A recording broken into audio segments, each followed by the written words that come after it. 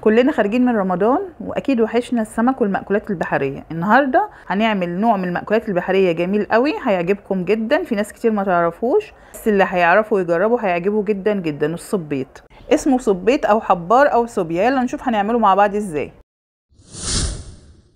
ازيكم عاملين ايه؟ اول حاجة نبدأ بسم الله. معايا 1.5 كيلو من الحبار او الصوبيا، عبارة عن صوبيتين. انا حبيت اوريكم شكل الصوبيا من غير تنظيف. انا سهل عليا ان انا اجيبها متنضفه من عند الراجل، بس انا عايزه اعرفكم شكلها عشان اللي بيخاف منها او يستغربها يشوف شكلها قبل التنظيف وبعد التنظيف. تنظيفها ان انا لازم اسلخ الجلد من اللحم. فتحتها من الظهر بالسكينه بفتحه رفيعه، وبعد كده ابتديت اسلخ فيها زي ما انتم شايفين كده. في الجناحات كمان بسلخها معاها، ومجرد ان انا بسلخ حته بيطلع الباقي معايا بسهوله. طبعا في الاول عشان انتي مش اخده عليها تبقى ممكن صعبه معاكي شويه، لكن انتي مجرد عملتيها اول مره خلاص بقت عاديه جدا. وطبعا هي اتسمت حباره عشان هي فيها كيس زي المراره اللي هي في الفرخه، ده بيكون فيه حبر اسود، والعينين كمان فيها حبر اسود. فلازم لما نيجي ننضفها ناخد بالنا ان الحبر ده ما يفرقعش يعني فيها، عشان ما يعملش سواد للحم. ولو فرض ان فعلا يعني ساعات بتيجي الصوبيا كده فعلا الحبر نازل منها او متوسخه، التنظيف بتاعنا بقى بنخليها زي الفل يعني. المقص مع السكينة بيساعدوني في التنظيف، وان انا اتخلص من الجلد الزايد وتبقى سهلة معايا في التنظيف. ببتدي افصل الراس عن الجسم نفسه بتاع الصوبيا. بشيل العظمة اللي في الظهر. العظمة دي بقى لو عندك عصافير حطيها معاهم في القفص بياكلوا فيها، يعني فيها كالسيوم. كده شكل الصوبيا من جوه بعد ما فتحتها. بتعامل معاها بالراحة عشان الكيس اللي هو الحبار ده ما يفرقعش والحبر ينزل منه، فاتعامل بالراحة خالص معاه.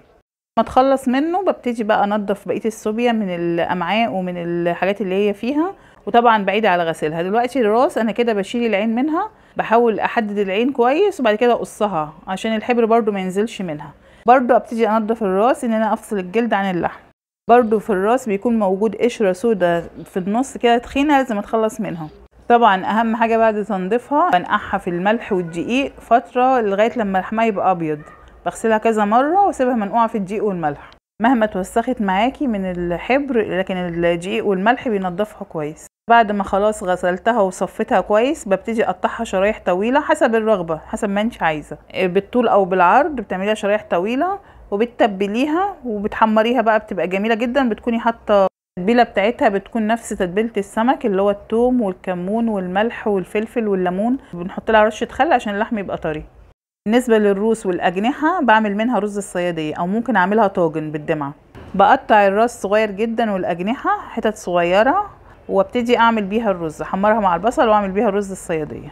ممكن تقدمي الصوبيا مقليه مع طاجن صوبيا مع رز بروس الصوبيا، بتبقى اكله كافيه من غير سمك، هتبقى حلوه جدا. برضو قطع الصوبيا بتكون اساسيه في شوربه السي فود، بتبقى حلوه قوي مع الشوربه. صنف حلو قوي في عزوماتك، بيبقى صنف فخم على السفره. كده هبتدي اتبل قطع الصوبيا واسيبها حوالي ساعة او 2 في التتبيلة. كل ما قعدت في التتبيلة كل ما كانت النتيجة احسن. كده خلاص هعمل الرز في حلة على النار، بنزل ببصلتين كبار مبشورين وابتدي احمرهم لغاية ما احصل على اللون اللي انا عايزاه غامق فاتح حسب ما انا عايزة. طريقة رز الصيادية واحدة، يا اما سادة يا اما بالجمبري يا اما بسمك فيليه يا اما بقطع الصوبيا، هي الطريقة واحدة. انزل بقطع الصوبيا وابتدي اقلب فيها مع البصله، بتديها طعم حلو. وبعد كده بنزل بقطع الطماطم والتوابل بتاعتي، ابتدي اقلب فيهم. وبعد كده بحط الميه السخنه وانزل بالرز. والبهارات اللي بضيفها للرز بتكون عباره عن حبهان، ورق لورا، كمون، كزبره، ملح وفلفل. طبعا اظبط الملح بتاع الرز، واول ما يتشرب اغطي عليه واسيبه يستوي. بس هو ده الرز كده خلص. كده خلاص الصوبيا جاهزه معايا بعد ما قعدت في التتبيله حوالي ساعتين. ابتدي اتبل الكميه كلها بالدقيق، وبعد كده اكون محضره طاسه على النار فيها زيت غزير. طبعا من الاحسن ان انتي تقليها قبل التقديم على طول عشان تقدميها سخنه، بتبقى جميله وهي سخنه. بنزل بقطع الصوبيا في الطاسه لغايه لما تتحمر واحصل على اللون اللي انا عايزاه. مش اللون بس، المهم كمان ان هي تبقى مستويه من جوه. انا بفضل ان انا بغطيها شويه بالغطا عشان تبقى طريه. ابتدي اشيلها اول ما احصل على اللون الذهبي واتاكد من السوا بتاعها. برضو زي ما قلتلك الغطا برضو بيديها طراوه، لما تغطيها شويه بتساعد على السوا. بص اللون جميل ازاي، هو ده شكلها بعد التقديم. طعم روعه روعه روعه. بص شكل السمك وشكل الصوبيا جميل ازاي. هنا قدمت الرز بروس الصوبيا، وهنا الصوبيا نفسها قطع مع السمك اللوت المقلي. اكله جميله جدا جدا جدا من البحر الاحمر. ما جربش الوصفه قبل كده يا جماعه يجربها، هتعجبه قوي قوي قوي، مش هيندم. صنف الجميل على سفرتك، هيشرفك في عزوماتك. لو عجبتكم الوصفه لايك وشير على الفيسبوك، ولو موجودين على اليوتيوب فعلوا الجرس وسبسكرايب للقناه عشان يوصل لكم كل جديد. ودايما معايا منوريني في سفرة شرقي.